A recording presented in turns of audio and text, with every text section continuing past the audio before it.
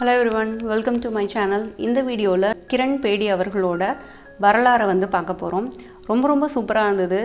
அதாவது இவ்வளவுதான் கஷ்டம் அப்படின்னு சொல்லிட்டு அவங்க லைஃப்பில் இல்லை, அது எல்லாத்தையுமே துவம்சம் பண்ணக்கூடிய அளவுக்கு அவங்களோட ஆட்டிடியூட் வந்து இருந்திருக்கு. இரண்டாவது மணிமேகலை அப்படின்னு சொல்லிட்டு அவரை சொல்லக்கூடிய அளவுக்கு அவரோட வாழ்க்கை பயணம் இருந்ததாக சொல்கிறாங்க. அவங்களோட வாழ்க்கை முழுவதுமே ஒரு போராட்டமாக தான் இருந்திருக்கு. அதில் அவங்க எவ்வளவு அழகாக அவங்கள வந்து கொண்டு போயிருக்காங்க, அவங்களோட ஃபேமிலி வந்து எந்த அளவுக்கு சப்போர்ட் பண்ணியிருக்கு, அவங்க வந்து மற்றவங்க கிட்ட எப்படி நடந்துக்கிட்டு இருக்காங்க, ஒரு துன்பமான சூழ்நிலையிலையும் அவங்க வந்து எந்த அளவுக்கு நடந்துக்கிட்டு இருக்காங்க, எவ்வளோ துணிச்சலாக அவங்க இருந்திருக்காங்க, அதை பற்றி வந்து சொல்கிறாங்க. எப்பயுமே நம்ம நேர்மையாக இருக்கோம் அப்படின்னா நமக்கு வந்து நிறைய பிரச்சனைகள் வந்து வரும். அதே மாதிரி இவங்க வாழ்க்கையிலையும் வந்து இருக்குது. இவங்க வந்து ஒவ்வொரு தடவையும் நேர்மையாக அவங்க இருக்கும்போதும் அவங்கள வந்து இடமாற்றம் செய்கிறாங்க. ரொம்ப ஒரு இக்கட்டான ஒரு சூழ்நிலையில் நீங்கள் வேலை செய்யணும் அப்படின்றத சொல்கிறாங்க. இரவு பணிக்கு போகணும்னு சொல்கிறாங்க. இவரோட வாழ்க்கையில் வந்து பார்த்திங்கன்னா கொந்தளிப்புகளும் எதிர்ப்புகளும் இடையூறுகளும் அவர்களை வந்து சுற்றி எப்பயுமே இருக்குது. அவற்றை எல்லாம் சமாளித்து ஒரு ஜான்சிராணி போல் அவங்க வந்து இருந்திருக்காங்க. நமக்குமே இந்த நூல் வந்து படித்து முடிச்சதுக்கு அப்புறமாக ஒரு வேகம் வந்து ஏற்படுது. நம்ம வாழ்க்கையில் ஏதாவது ஒரு துன்பம் இருக்குது, நம்மளை வந்து எல்லாருமே வந்து டார்கெட் பண்ணுறாங்க, வேணும்னே நமக்கு பண்ணுறாங்க அப்படின்லாம் வந்து நினைக்கும் போது அது எல்லாத்தையும் தாண்டி வரணும் அப்படின்ற அந்த எண்ணத்தை கொடுக்கக்கூடியதாக இருக்குது. யாரெல்லாம் வந்து ஒரு அடிமைத்தனமான ஒரு நிலைமையில் இருக்கும், நம்மளை வந்து எல்லாருமே ஒரு கீழே நடத்துகிறாங்க, நமக்கு வாழ்க்கை இப்படி தான், இவ்வளவுதான், இப்படி தான் நம்ம வாழணும் அப்படின்னு சொல்லிட்டு நினச்சிட்டு இருக்காங்களோ அவங்களுக்கு எல்லாமே இந்த நூலை வந்து நீங்கள் பரிந்துரை பண்ணுங்கள். ரொம்ப சூப்பராக இருக்குது. அதை படிக்கும்போது அவங்களுக்கும் ஒரு எழுச்சி ஏற்படுறதற்கான ஒரு வழி வந்து ஏற்படும். ஏன்னா அவங்களும் நம்மளை மாதிரி ஒரு பொண்ணு தானே, அவங்கெல்லாம் இதை செஞ்சுருக்கும் போது நம்மளாலையும் இதை செய்ய முடியும் அப்படின்ற ஒரு எண்ணத்தை ஏற்படுத்தக்கூடியதாக இந்த நூல் வந்து இருந்தது. கிரண் பேடி வந்து பார்த்திங்கன்னா ஒரு ஆணாதிக்கம் மிகுந்த ஒரு குடும்பத்தில் தான் வந்து பிறக்கிறாங்க. அவங்க குடும்பம் வந்து செல்வ செழிப்பு நிறைந்ததாக தான் இருந்திருக்கு. அவருடைய தாத்தா வந்து அதிக ஆணாதிக்கம் மிக்கவராக இருக்கார். ஆண்கள் தான் இந்தந்த வேலைகள்லாம் செய்யணும், பெண்கள் வந்து வீட்டில் இருந்தால் போதும், படிப்பு கூட தேவையில்லை அப்படின்லாம் வந்து நினைக்கக்கூடியவராக இருக்காங்க. ஆனால் இவரோட தந்தை வந்து அந்த மாதிரி ஒரு மனநிலையில் இல்லை. கண்டிப்பாக ஆணும் பெண்ணும் சமம் தான், ஆணுக்கு என்னென்ன உரிமைகள்லாம் இருக்கோ அது பெண்ணுக்கும் இருக்குது அப்படின்னு சொல்லிட்டு அவங்க அப்பா நினச்சிருக்காங்க, கிரண் பேடியோட அப்பா. அதே போல தான் தன்னுடைய மகளையும் அவங்க வளர்க்குறாங்க. அவங்க வீட்டில் வந்து பார்த்திங்கன்னா 3 பெண் பிள்ளைகள் தான் இருக்காங்க, ஆண் வாரிசு அப்படின்றதே கிடையாது. ஸோ 2 சகோதரிகள் கிரண் பேடி அவர்களுக்கு வந்து இருந்திருக்காங்க. அவங்க அப்பா ஒரு ஆணை போல தான் அந்த 3 பெண்களையுமே வளர்க்குறாங்க. ரொம்ப சுதந்திரம் வந்து கொடுத்துருக்காங்க. இவங்க அப்பா இந்த மாதிரி சுதந்திரம் கொடுப்பதனால அவங்க தாத்தாவுக்கு வந்து பிடிக்காமல் போயிடுது. அதனால அவங்க தாத்தா வந்து இவங்க குடும்பத்திற்கு தரக்கூடிய பணத்தை வந்து தராமல் அதெல்லாம் தடுக்கிறாங்க.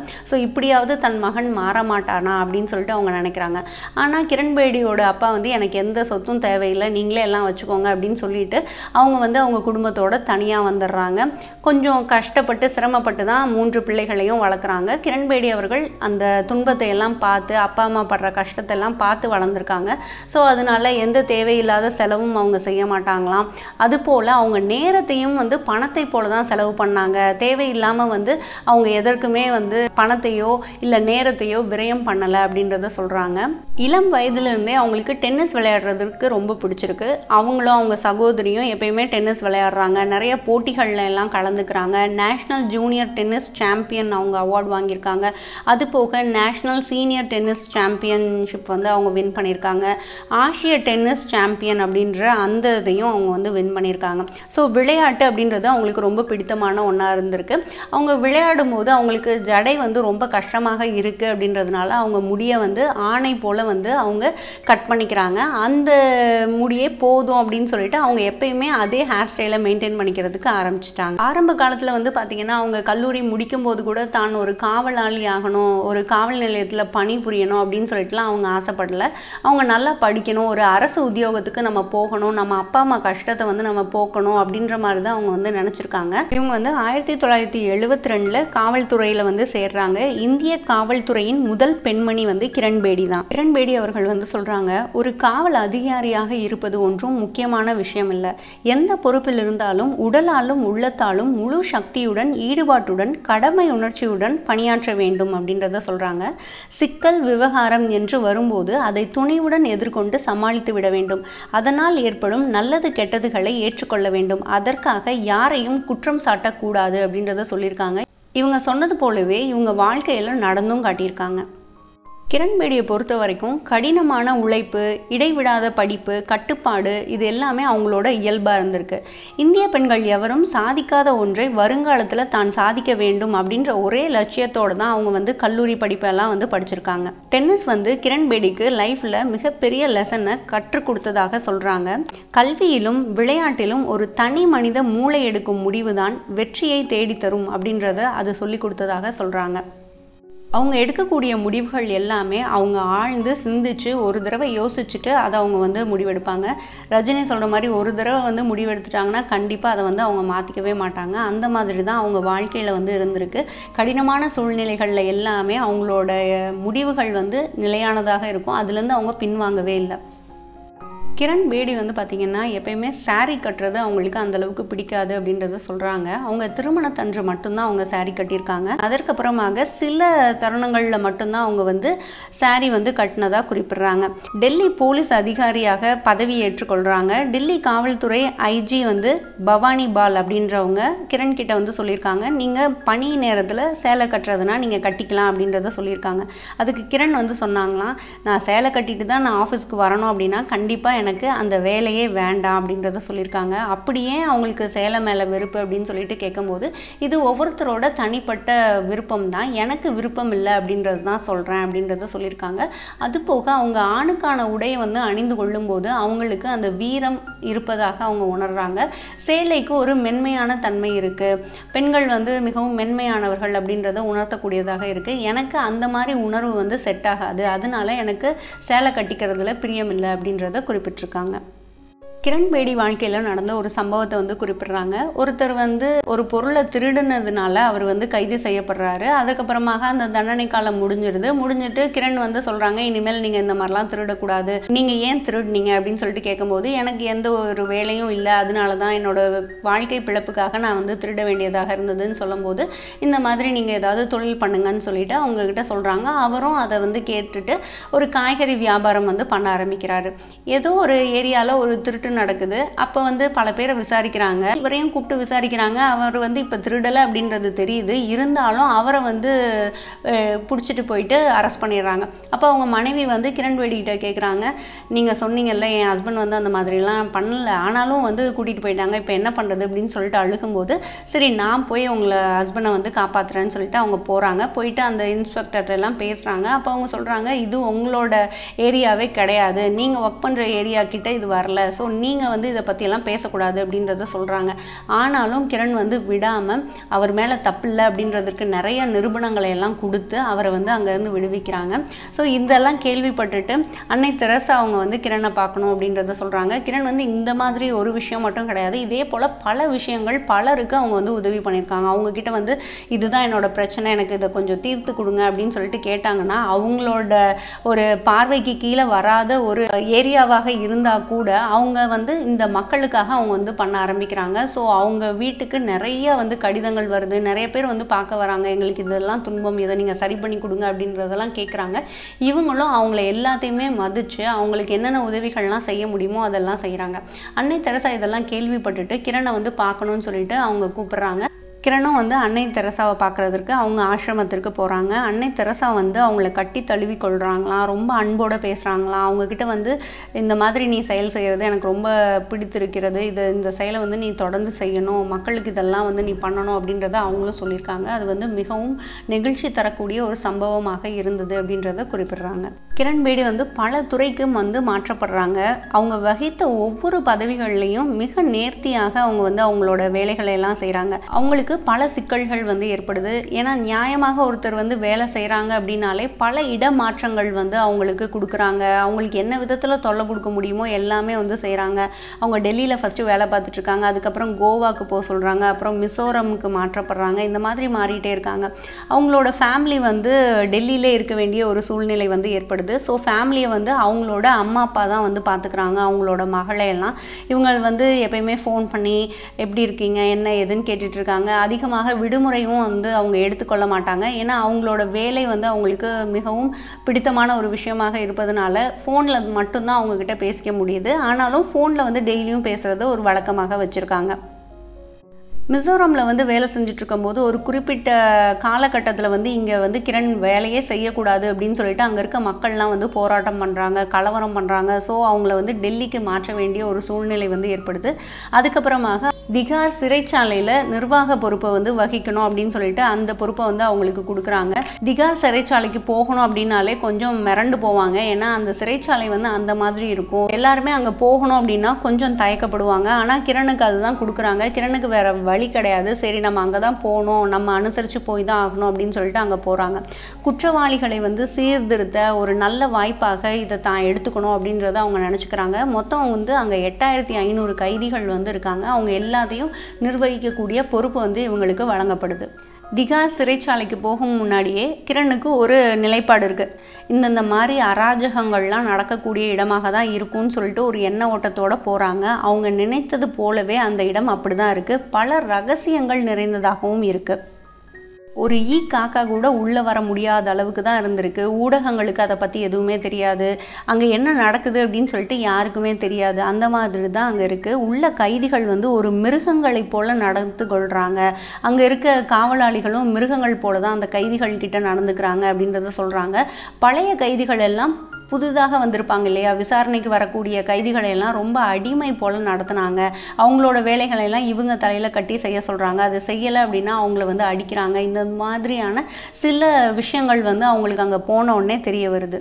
திகார் சிறைச்சாலைக்கு அவங்க பணிக்கு போன அந்த நாளே அந்த கைதிகளுக்கு நடுவில் அவங்க வந்து பேசினாங்க அப்படின்றத சொல்கிறாங்க. அவர்களிடையே பதட்டம் இல்லாமல் சௌகரியமாக உட்கார்ந்து அவரால் பேச முடிந்தது அப்படின்றதையும் குறிப்பிடுறாங்க. தனிப்பட்ட முறையில் அவங்கக்கிட்ட எல்லாம் பேசி பார்த்ததில் உள்ளே நிலவும் குழப்பம் தெளிவாக புரிந்தது. அங்கே சிறைச்சாலையில் வேலை பார்க்கக்கூடிய அந்த காவல் அதிகாரிகளோட ஒரு ஒத்துழைப்பு இருந்தால் தான் அந்த கைதிகளை நம்மளால் மேனேஜ் பண்ண முடியும் அப்படின்றது கிரணுக்கு நல்லா தெரியுது. ஸோ அங்கே இருக்க எல்லா காவலாளிகளையும் ஊக்குவிக்கிறாங்க. அவங்கக்கிட்ட வந்து நல்லா பேசுகிறாங்க. நன்றாக கடமை ஆற்றக்கூடியவர்களையெல்லாம் வந்து அவங்க வந்து ஒரு போர்டில் எழுதுகிறாங்க. இவங்க வந்து இவ்வளோ நல்லா வேலை செஞ்சுருக்காங்க அப்படின்னு சொல்லிட்டு பாராட்டுறாங்க. அதிகமாக நேரம் உழைத்தவர்களை வந்து அதில் குறிப்பிடுறாங்க. அவர்களின் பெயர்கள் வந்து அந்த அறிவிப்பு பலகையில் வந்து எழுதப்படும் போது அவங்க எல்லாம் ரொம்ப சந்தோஷப்படுறாங்களாம். ஸோ அதிகமாக வேலை செய்தார்கள் அப்படின்றதையும் சொல்கிறாங்க. அதுபோக அங்கே இருக்க கைதிகளோட மனநிலையெல்லாம் மாற்றுறதற்காக யோகா வகுப்புகள் வந்து அங்கே எடுக்கிறதுக்கு ஆர்கனைஸ் பண்ணுறாங்க. பிரார்த்தனை கூட்டங்கள் வந்து ஏற்பாடு செய்கிறாங்க. விளையாட்டு போட்டிகள்லாம் நடத்துகிறாங்க. இதெல்லாம் வந்து செய்கிறதுக்கு முன் வருகின்ற வார்டன்கள்லாம் இருப்பாங்க இல்லையா, அவங்கள எல்லாத்தையும் வந்து கௌரவிக்கிற விதமாக அவங்கக்கிட்ட வந்து நல்லா பேசுகிறாங்க. அறிவிப்பு பலகையில் அவங்க பேர்களையெல்லாம் வந்து எழுதுகிறாங்க. இதெல்லாம் செய்யும்போது அங்கே இருக்கவங்க வந்து ஒரு மனநிறைவோடு வேலை செய்கிறாங்க. தான் வேலை செய்கிறோம் அப்படின்ற அந்த எண்ணமே இல்லாமல் அவங்க வந்து உழைக்க ஆரம்பிச்சாங்க அப்படின்றத சொல்றாங்க. சிறையும் கொஞ்சம் கொஞ்சமாக மாற ஆரம்பிக்குது. அப்புறம் சிறைச்சாலையில் வந்து பார்த்திங்கன்னா விண்ணப்ப பெட்டி ஒன்று வந்து வைக்கிறாங்க. யாருக்காவது ஏதாவது ஒரு குறை இருக்குது அப்படின்னா கண்டிப்பாக அதை வந்து அதில் எழுதலாம். அவங்க பேரை குறிப்பிடணும் அப்படின்னு சொல்லிட்டு கூட அவசியம் இல்லை அப்படின்றத சொல்கிறாங்க. இந்த விண்ணப்ப பெட்டி வச்சதுலேருந்தே நல்ல மாற்றங்கள் ஏற்பட ஆரம்பித்தது அப்படின்றத சொல்கிறாங்க. சில காவலாளிகள் வந்து இன்னமும் அந்த பழைய போக்கிலே இருந்திருக்காங்க. ஏன்னா லஞ்சம் வாங்கிக்கலாம், இதை வந்து அவங்க கைதிகளுக்கு கொடுப்பதன் மூலமாக அதிக பணம் பெறலாம், அந்த மாதிரி என்ன ஓட்டத்திலே இருந்திருக்காங்க. ஆனால் இந்த விண்ணப்ப பெட்டி வந்து அவங்களையெல்லாம் அச்சுறுத்தக்கூடிய இருக்குது. ஏன்னா தன்னை பற்றி யாராவது போற்றுவாங்களோ அப்படின்னு சொல்லிட்டு அவங்கெல்லாம் பயந்துருக்காங்க. இந்த விண்ணப்ப பெட்டியை வந்து பூட்டியிருக்காங்க. இதோட சாவி வந்து கிரண் பேடி கிட்ட மட்டும்தான் இருக்கும். ஸோ அதுலேருந்து அவங்க வந்து டெய்லியுமே பார்த்து என்னென்ன குறைகள் இருக்கோ அதெல்லாம் அன்னன்னைக்கே அவங்க தீர்த்து வைக்க முயற்சி பண்ணியிருக்காங்க. அதுக்கப்புறமாக பஞ்சாயத்து மன்றம் அப்படின்னு சொல்லிட்டு ஒன்று வச்சுருக்காங்க. சிறை கைதிகள் தங்களுக்குள்ளேயே ஏதாவது ஒரு பிரச்சனை ஏற்படுது அப்படின்னா அதிகாரிகள்கிட்ட போகிறதுக்கு முன்னாடியே தாங்களே அதை சரி செய்து கொள்ளலாம் அப்படின்றதுக்காக அந்த அமைப்பை வந்து கிரண் வந்து ஏற்பாடு பண்ணியிருக்காங்க. அந்தந்த வார்டுகளில் ஏற்படும் பிரச்சனைகளை அவங்களே பேசி தீர்த்துக்கிறதுக்கு அது உதவிகரமாக இருந்தது அப்படின்றத குறிப்பிடுறாங்க. சிறையில் வந்து பார்த்திங்கன்னா போதை பழக்கம், புகைப்பழக்கம், ஊழல், ஒருத்தவங்க துன்புறுத்தி கொள்வது, சீர்கேடுகள் அதெல்லாம் இருந்தது இல்லையா, அதெல்லாமே வந்து கொஞ்சம் கொஞ்சமாக குறைய ஆரம்பிச்சுக்கிட்டே இருந்திருக்கு. அரை நாள் கல்விக்கூடம் போல் அங்கே வந்து செயல்படணும் அப்படின்னு சொல்லிட்டு கிரண் வந்து ஏற்பாடு பண்ணியிருக்காங்க. அந்த சிறையிலேயே வந்து யாராவது ஒரு படித்த அதிகாரி யாராவது இருப்பாங்க இல்லையா, ஒரு படிப்பில் வந்து சிறந்தவர்களாக இருப்பாங்க, ஏதாவது ஒரு சூழ்நிலையினால் அவங்க கைதியாகி வந்திருப்பாங்க இல்லையா, அவங்களையே ஒரு ஆசிரியராக்கி அவங்கக்கிட்டேருந்து அவங்களுக்கு தெரிஞ்ச விஷயங்களை மற்றவங்களுக்கு சொல்லி கொடுக்க சொல்லியிருக்காங்க. இதே போல் அவங்க வந்து செய்யும்போது ஒரு நல்வழி படுறதற்கு அது உதவியாக இருந்தது அப்படின்றதையும் குறிப்பிடுறாங்க. இதன் மூலமாக 2 விதமான பயன் வந்து கிடைக்குது. கல்வி அறிவில்லாதவங்களுக்கு கல்வி கற்கிறதுக்கு அது ஒரு வாய்ப்பாக இருந்திருக்கு. அது போக கல்வி அறிவு உடையவர்கள் மேலும் கல்வியில் சிறப்பு நிலையை அடையிறதற்கு அது உதவியாக இருந்ததுன்னு சொல்கிறாங்க. நூலகம் வந்து சிறப்பாக செயல்பட உதவியாக இருந்தது அப்படின்றதையும் குறிப்பிடுறாங்க. நிறைய நூல்கள் வந்து வரவழைச்சு அவங்களுக்கு கைதிகளுக்கெல்லாம் கொடுத்து படிக்க வைக்கிறாங்க. ஸோ அவங்க வந்து கல்வியில் மேம்படுறதற்கும் அவங்க ஒழுக்க பழக்கங்கள்லாம் வந்து சிறந்து விளங்குறதற்கும் அது உதவிகரமாக இருந்தது அப்படின்றத சொல்கிறாங்க. 1993 விபாசனா அப்படின்ற அந்த மெடிடேஷனை வந்து சிறைச்சாலையில் செய்கிறதுக்கு ஏற்பாடு பண்ணுறாங்க. விபாசனா பற்றி உங்களுக்கு வந்து நல்லா தெரியும் அப்படின்னு சொல்லிட்டு நினைக்கிறேன். புத்தரோட ஒரு தியான முறை தான் விபாசனா. விபாசனா ரிலேட்டடான வீடியோ வந்து இன்னர் மேஜிக் சேனலில் வந்து நான் போட்டிருக்கேன். நீங்கள் அது பார்க்கலன்னா கண்டிப்பாக பாருங்கள். இன்னமும் அது வந்து நல்லா நடந்துட்டுருக்கு. ஸோ அந்த விதமான தியான பயிற்சியை அங்கே ஏற்பாடு பண்ணுறாங்க. மொத்தமாக வந்து அந்த தியானம் வந்து பார்த்திங்கன்னா 10 நாட்கள் நடக்கும். அந்த 10 நாட்களும் மௌனமாக இருக்கணும். அப்புறம் அதில் வந்து நிறைய கேள்விகள் சந்தேகங்கள்லாம் இருக்கும் இல்லையா, அதை வந்து அங்கே யார் சொல்லித்தர வராங்களோ அந்த ஆசிரியர்கிட்ட யாருக்கு சந்தேகம் இருக்கோ அவங்க வந்து கேட்டுக்கலாம். மற்றவங்கெல்லாம் மௌனமாக தான் இருக்கணும். ஆசிரியர்கிட்ட மட்டும் சந்தேகம்னா பேசிக்கலாம். மற்றபடி நம்ம வந்து மௌனத்திலே இருக்கணும். அளவாக சாப்பிடணும். அது சாப்பிட்ற முறை, எழுந்து கொள்ளும் முறை அதெல்லாம் இருக்குது. காலையில் 4 மணிக்கு எந்திரிச்சிருக்கணும். அதுக்கப்புறம் 9:30 மணி போல் நம்ம தூங்கணும். இடைப்பட்ட நேரத்தில் வந்து நம்ம யார்கிட்டையுமே வந்து பேசக்கூடாது அந்த மாதிரி சொல்லியிருப்பாங்க. ஸோ இந்த 10 நாளின் முடிவில் வந்து நமக்கு ஒரு நல்ல விதமான பலன் வந்து ஏற்படும். நம்ம மனதை அறுவை சிகிச்சை செய்து கொள்வது போல் இந்த தியான முறை வந்து இருக்கும். நம்ம மனதில் உள்ள களங்கங்கள்லாம் மறைகிறதுக்கு அது உதவிகரமானதாக இருக்கும். ஸோ அந்த மாதிரியான தியான பயிற்சியை வந்து அங்கே வழங்குறாங்க. இது சிறைச்சாலையில் மிகப்பெரிய ஒரு மாற்றத்தை ஏற்படுத்தியது. அவங்க மனநிலையில் ஒரு மாற்றம் ஏற்பட்டது அப்படின்றத சொல்கிறாங்க. அவங்களுக்கு வந்து ஒரு மனதில் ஒரு கோபம், பொறாமை, பழிவாங்குதல் இது போன்ற எண்ணங்கள்லாம் இருப்பதன் மூலமாக தான் சில குற்றங்களை எல்லாம் செஞ்சுட்டு அவங்க சிறைச்சாலைக்கு வந்திருப்பாங்க இல்லையா. சிறைச்சாலைக்கு வந்துமே அது மேற்கொண்டு அவங்களுக்கு வளர்வது போல தான் இருக்கணும். யாரையாவது துன்புறுத்தணும், அடிக்கணும், இல்லை இவன் எனக்கு இந்த துன்பத்தை படுத்திட்டானே அப்படின்னு சொல்லிட்டு அந்த மாதிரி ஒரு எண்ண ஓட்டத்தில் தான் இருக்காங்க. இவங்களுக்கு இந்த தியான பயிற்சி வந்து ஒரு சிறந்த மருந்தாக இருந்தது அப்படின்றத சொல்கிறாங்க. இந்த தியானம் முடிந்ததுக்கு அப்புறமாக அனைவரது மனதிலையுமே ஒரு சிறந்த மாற்றம் வந்து ஏற்பட்டது. எல்லாரையும் மன்னிக்கணும் அப்படின்ற அந்த குணம் வந்து ஏற்பட்டது அப்படின்றத சொல்கிறாங்க. 100 பேர் வந்து இந்த முகாமில் வந்து கலந்துக்கிறாங்க. அவங்களுக்கு வந்து ஒரு மிகப்பெரிய மாற்றத்தை இந்த தியான பயிற்சி வந்து ஏற்படுத்தியது அப்படின்றத சொல்கிறாங்க. 95% நிச்சயமாக பயன்பெற்றதாக அவங்க வந்து சொல்கிறாங்க. அவர்களுடைய மனப்போக்கில் நல்ல மாற்றத்தை வந்து பார்க்க முடிந்ததாக சொல்கிறாங்க. அதற்கான பிராயச்சித்தம் வந்து செய்யணும். நம்ம ஏதாவது ஒரு துன்பம் பண்ணிட்டோம்னா அதற்கான பிராயச்சித்தம் செய்யணும் அப்படின்னு சொல்லிட்டு அவங்களுக்கு ஒரு எண்ணம் ஏற்பட்டதாக குறிப்பிடுறாங்க. அதுபோக கிரண் அவர்கள் என்ன பண்ணியிருக்காங்கன்னா, ஆண்டு முழுவதுமே இந்த தியான பயிற்சி நடக்கிறதுக்கு ஏற்பாடு வந்து செய்கிறாங்க. அதற்கென ஒரு வார்டு வந்து நிரந்தரமாக ஒதுக்கப்பட்டது. பிறகு பெண் கைதிகளுக்கும் இந்த தியான பயிற்சி வந்து வழங்குறதுக்கு அவங்க பர்மிஷன் வாங்கி அவங்களுக்கும் அதை வந்து ஏற்பாடு செஞ்சுருக்காங்க. கிரண் வர்றதுக்கு முன்னாடி தீகார் சிறைச்சாலை அப்படின்னாலே எல்லாருமே வந்து ரொம்ப பயப்படுவாங்க. அப்படி இருக்கக்கூடிய அந்த சிறைச்சாலையை ஒரு தீகார் ஆசிரமமாக கிரண் பேடி அவர்கள் மாற்றியிருக்காங்க. அவர் சென்ற பின் அது திரும்பியும் திக்கற்றவர்கள் இல்லாத அனாதை ஆசிரமமாக மாறி போயிடுது. ஏன்னா எந்த ஒரு விஷயமே நல்லா நடந்துட்டு இருந்தது அப்படின்னா அங்கே மேல் அதிகாரிகளுக்கெல்லாம் பிடிக்காமல் இருக்கும். அது எப்படி இவங்க இப்படி மாற்றுறாங்க, இவங்களுக்கு இவ்வளோ புகழ் கிடைக்குது, இவங்களுக்கு இவ்வளோ பேர் கிடைக்குது அப்படின்னு சொல்லிட்டு அவங்க வந்து பொறாமைப்படுறாங்க. பொறாமைப்படுவதன் காரணமாக அவங்கள வந்து பணி மாற்றம் செய்யணும்னு சொல்லிட்டு மேலிடத்துலேருந்து அதிக அளவு ப்ரெஷர் வருது. ஸோ அவங்களுக்கு வந்து வேறு வேலைக்கு வந்து ட்ரான்ஸ்ஃபர் வந்து கொடுக்குறாங்க. திரும்பியும் டெல்லிக்கு வராங்க. டெல்லிக்கு வந்து பார்த்திங்கன்னா பயிற்சி அளித்தல், திட்டமிடுதல், அமலாக்கம் செய்தல் அப்படின்ற அந்த ஒரு வேலை வந்து இவங்களுக்காக கொடுக்குறாங்க. ஆனால் அதற்கான வேலை வந்து அந்த இடத்துல எதுவுமே இல்லை. சும்மா இவங்களை டம்மியாக ஒரு போஸ்ட்டில் உட்கார வைக்கணும் அப்படின்றது அவங்களுக்கு எண்ணமாக இருக்குது. அந்த டைமில் அவங்க வந்து யோசிக்கிறாங்க, சரி நம்ம வந்து ரொம்ப நாளாக படிக்கணும்னு சொல்லிட்டு ஆசைப்பட்டுருந்தோம், நமக்காக சில புத்தகங்கள்லாம் எழுதணும், ஒரு ஆய்வு நூல் வந்து எழுதணும்னு சொல்லிட்டு ஆசைப்பட்டுருந்தோம் இல்லையா, அதை இந்த டைமில் நம்ம செஞ்சுக்கலாம் அப்படின்னு சொல்லிட்டு அவங்க முடிவெடுக்கிறாங்க. அதன்படி அதற்காக நேரத்தை வந்து அவங்க ஒதுக்க ஆரம்பிக்கிறாங்க. 3 ஆண்டுகளுக்கு பிறகு அந்த புத்தகம் வந்து வெளிவருது. புத்தகத்தின் பெயர் என்ன அப்படின்னு பார்த்தீங்கன்னா, அது எப்போதும் சாத்தியம்தான் அப்படின்ற நூல் வந்து வெளியிடுறாங்க. அந்த நூலை கிரண் எப்படி ஆரம்பிக்கிறாங்க அப்படின்னு வந்து பார்த்தீங்கன்னா, தீகார் சிறையில் கிரணோட முதல் நாள் அனுபவத்தோடு அந்த நூல் வந்து ஆரம்பமாகுது. நீங்கள் பிரார்த்தனை செய்வீர்களா அப்படின்ற அந்த ஒரு முதல் கேள்வியை தான் வந்து கிரண் அங்கே இருக்க சிறைச்சாலை வாசிகள்கிட்ட கேட்டிருப்பாங்க. ஸோ அதுலேருந்து தான் இந்த நூல் வந்து தொடங்குது அப்படின்றத சொல்கிறாங்க. சீர்திருத்த மனம் கொண்ட ஒரு பெண் அதிகாரி, குற்றத்தடுப்பு எண்ணம் கொண்ட காவல் தலைவர் எவ்வாறு முதல் நாள் அன்றே சிறை கைதிகளுடன் வலுவான உறவை ஏற்படுத்தி கொள்ள முடிந்தது என்பதைத்தான் அந்த முதல் பகுதி விவரிக்கக்கூடியதாக இருக்குது.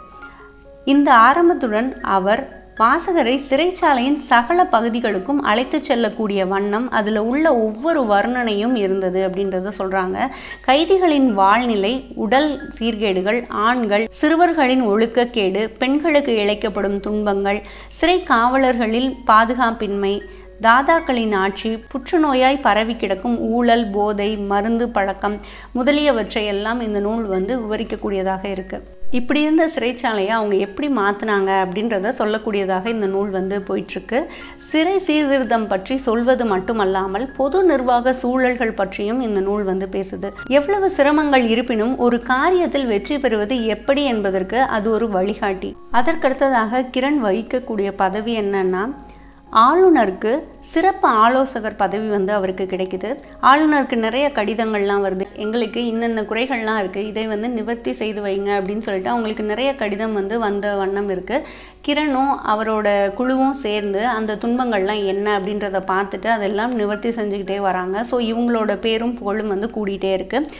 ஆளுநர் 2 வருடம் கழித்து அவர் பணி நிறைவு பெறாரு. அவர் அந்த பணியிலேருந்து விலகும்போது கிரணும் அந்த பதவியிலேருந்து விலகுறாங்க.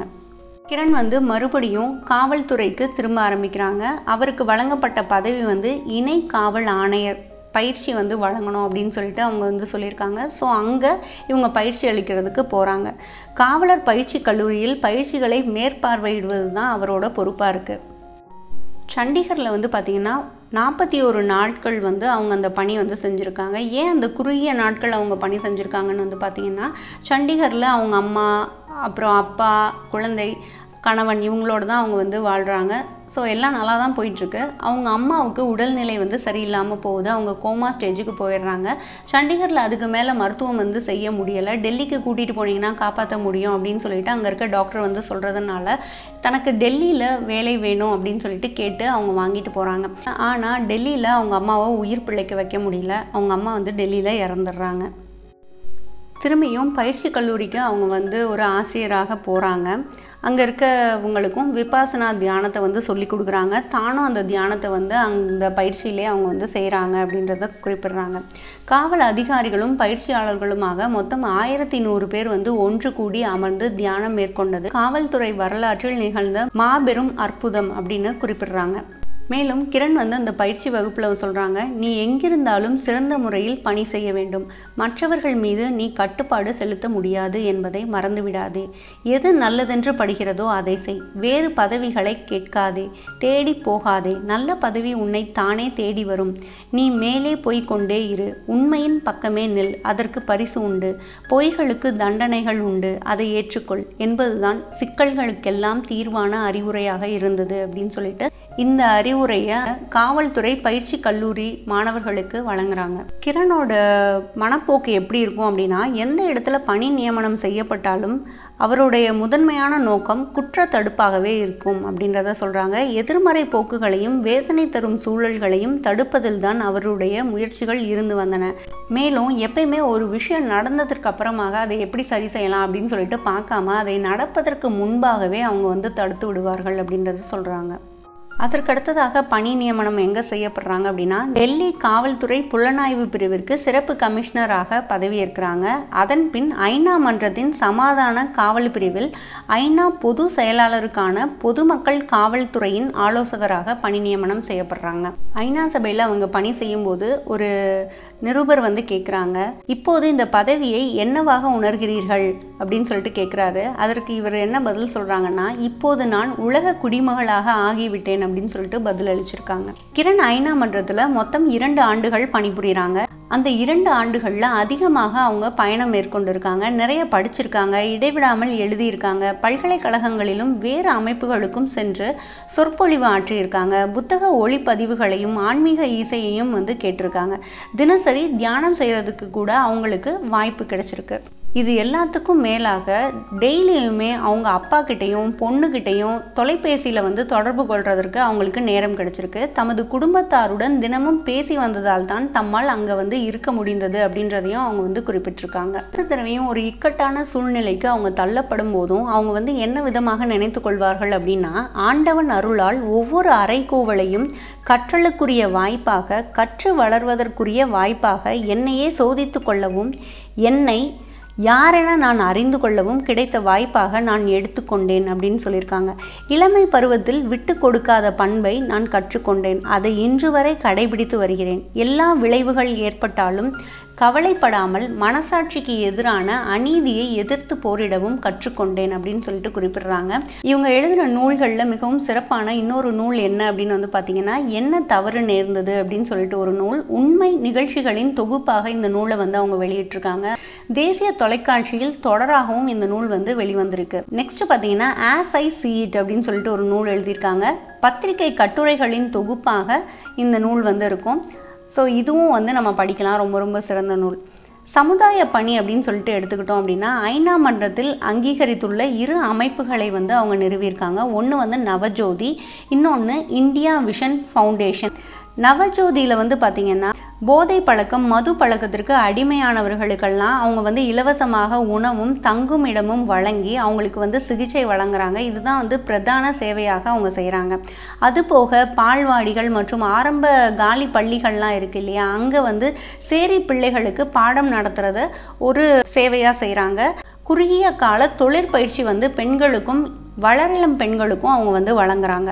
அடுத்ததாக இந்தியா விஷன் ஃபவுண்டேஷன் பணிகள் என்ன இருக்குது அப்படின்னா, சிறை கைதிகளின் பிள்ளைகளுக்கு கல்வி வழங்குதல், சிறை பெண்களுக்கு கைத்தொழிற் பயிற்சி வழங்குதல், கிராமங்களில் சமுதாய வளர்ச்சி திட்டம், பின்தங்கிய பகுதிகளில் ஊனமுற்றவர்களுக்கான நலத்திட்டங்கள் அப்படின்னு சொல்லிட்டு சில சேவைகளை வந்து அவங்க செஞ்சிட்ருக்காங்க. அவங்களோட வாழ்க்கை பயணத்தை வந்து படிக்கும்போது ஒவ்வொரு சூழ்நிலையிலையும் அதை வந்து நம்மளால் உணர முடியும். கொஞ்சம் அட்ஜஸ்ட் பண்ணி போயிருந்தா இந்த விஷயத்துலேருந்து நம்ம தப்பிச்சிருக்கலாம், இந்த ஒரு போஸ்ட் வந்து நமக்கு கிடைக்காது, இவங்கக்கிட்ட வந்து ஒழுங்காக நடந்துக்கிட்டால் இந்தந்த பதவிகளுக்கு நம்ம சீக்கிரமாகவே உயர்வு பெற முடியும், பதவி உயர்வு கிடைக்கும், சம்பள உயர்வு கிடைக்கும். அந்த மாதிரி அவங்க எந்த ஒரு அட்ஜஸ்ட்மெண்ட்டுமே பண்ணாமல் நீதியின் படியும் நேர்மையின் படியும் வந்து அவங்க இருந்திருக்காங்க. பல இன்னல்கள் வந்து சந்திச்சிருக்காங்க. அது எல்லாத்தையும் சமாளிச்சும் இருக்காங்க. இன்னைக்கு எல்லாரோட மனதிலையும் ஒரு ரோல் மாடலாக அவங்க இருக்காங்க அப்படின்னா அதற்கு இதுதான் காரணம். நிறைய பெண் காவல்துறை அதிகாரிகள்லாம் இருந்திருக்காங்க. ஆனாலும் இவரை போல நம்ம மனதில் ஆழ பதியக்கூடியவங்க யாருமே இல்லை.